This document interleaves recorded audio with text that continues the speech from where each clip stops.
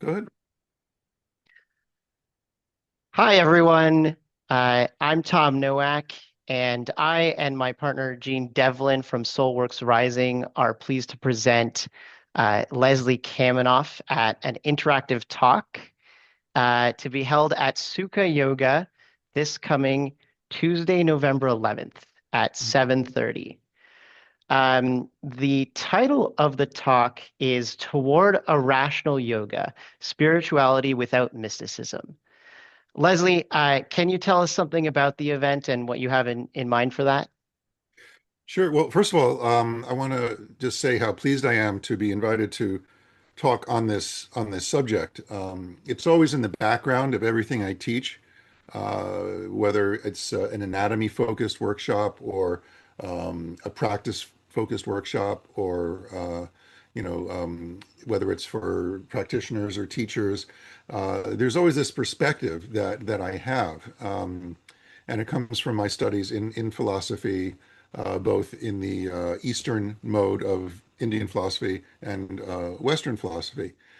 And there's this real distinction that my teacher Desikachar made between yoga and Hinduism, and or any religion really. And the way he frames it is yoga is for the mind, and the basis of it doesn't necessitate the belief in anything beyond the actual reality that we live in.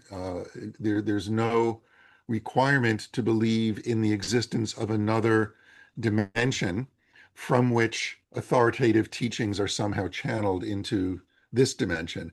And that, of course, is the basis of all Orthodox Vedic thought from India. So we'll have a chance to look at some of the history of that thought in this talk, and where it comes from, and to what degree the different systems of thought from India adhere to this very mystical perspective, as opposed to the ones that are more this worldly.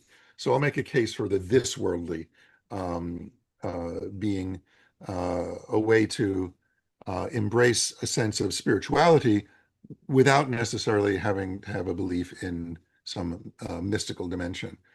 In Western philosophy, it goes, of course, back to Plato and Aristotle, and we'll talk about that as well. Yeah, I mean, from my perspective, I'm just someone who's interested in yoga and haven't started practicing it yet.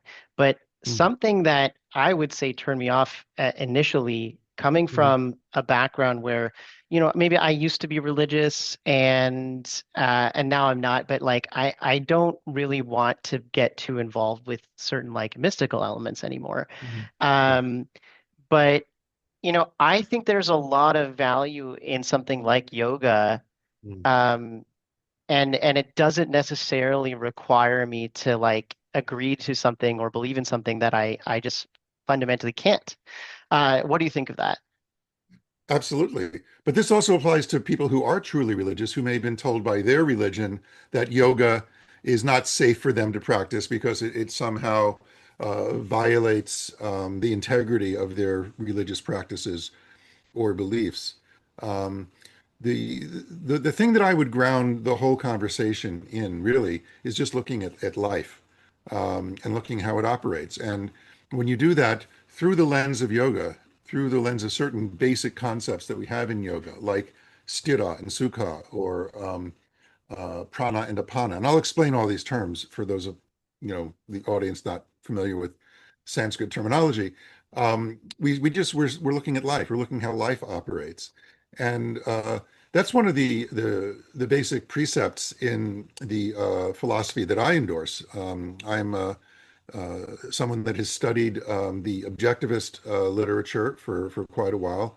And that's the system of thought developed by Ayn Rand. And her whole, I would say, ethical uh, um, uh, perspective is that you just have to look at life and see that that which sustains life is the good, and that which destroys it is bad or evil. And it sounds overly simplistic, but it allows us to have a non-mystical basis for a system of ethics. So many religious people cling to their religion very strongly because that's where they find an ethical code to live by. And they want to be good people. They want to be ethical people. But ultimately, the source of an ethical code that's contained in a religion is rooted in mysticism. It's rooted in, well, this came from God. It came from somewhere else. And that's why it's authoritative, and that's why we should follow it. Now, some of those things in those codes are very good. They're very life sustaining. But you don't need to have a belief in some divine origin to just look at life and see which teachings are life sustaining and which aren't. And that's the view that I'll take in the talk. And I expect a lively conversation. That's why we call it interactive. There's going to be a lot of Q&A. I anticipate a lot of interaction with the audience, and I always look forward to those kinds of exchanges. Yeah, and I look forward to it too. You know, I got a little spoiler or a sneak preview of that when I talked about this with some of my friends. So, one of them, he stays away from any of this stuff because he doesn't like using any kind of terminology or ideas that are remotely like spiritual. And so he looked at the title and he said, "Spirituality without mysticism." Well, I like that seems to me like like to him it seemed like a contradiction, right? Because people Uh, think they're the same thing. Yeah, yeah. and so that's an important distinction to make. Look, spirit means breath, right? The word for respiration comes from the same root Hmm. as spirit, spirare, right? So if you're alive and you're breathing, you're a spiritual being. And the practices in yoga that revolve around the breath and connecting with the breath are, by literally definition, spiritual practices. But I understand the resistance to a word like spiritual because then you run the risk of having this dichotomy between spiritual, that which is spiritual and that which is material, Hmm. right? And Hmm. and and that's part of the what Ayn Rand would call the soul body dichotomy, which is a deadly division to have in one's perspective on life. So we'll definitely talk about that as well. That's fascinating. Yeah, to his point, I think a word like spirituality has been I think religion has had sort of a monopoly on that term. Yeah. And in a way we're almost rescuing it from that context. And I think we can come to an understanding of it that uh brings life to us in a way that doesn't necessarily it's not necessarily intuitive to someone who's really focused on just always staying rational and reality oriented. But Mm. there is a reference to values there. I think Mm. I think Sure. the soul body dichotomy that you're discussing is extremely relevant in this discussion. Yes, as is in philosophy, when you go all the way to metaphysics, the distinction between the primacy of existence and the primacy of consciousness. And all of the mystical traditions are rooted, including in the West, Plato, in the primacy of consciousness. And I'll explain what that means in the talk. I'm coming from the primacy of existence perspective, as all the Aristotelian traditions would be doing.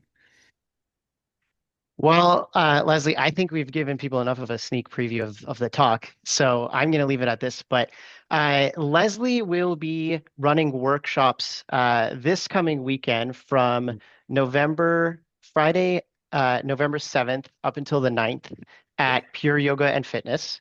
We'll be leaving a link to also check that out. So Mm. please attend if you're interested in more of Leslie's teaching and yoga experience. The interactive talk will be held on Tuesday, November 11th at 7:30. And we would like to thank again Sukha Yoga as well as Jean Devlin for putting this together. Yes, thank you very much for everyone that's making this happen. It came together at the last minute, but I always enjoy the trips to Austin, and it'll be great to interact with more of the Austin community when I'm there. So I look forward to seeing everyone at the weekend workshops at Pure and the talk at Sukha. All right. Thank you so much.